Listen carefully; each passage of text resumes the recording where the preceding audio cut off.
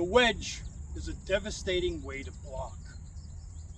If my opponent throws a rear hook, rear haymaker, and I'm in the circle guard, as he throws that rear hook or haymaker, I perform the wedge.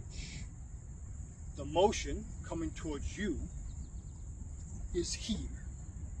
Now I am striking the side of the neck with my forearm.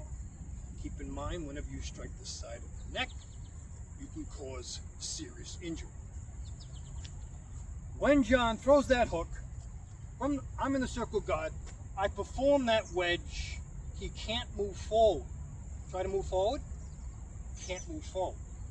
I can easily take him off balance, but he cannot move forward. So from that wedge, which is here, I grab the back of the neck. You can dig your fingers into the neck, hold on to the arm, control that arm.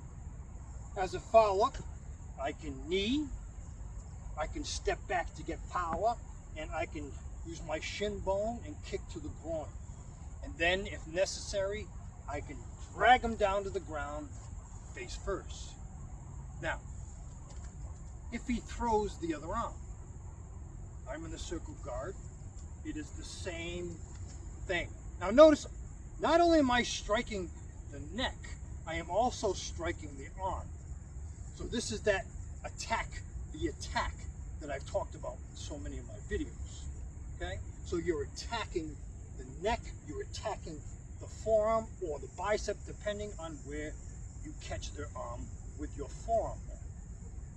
From here, again, you can grab onto the clothing, you can dig your fingers into the neck, control that arm.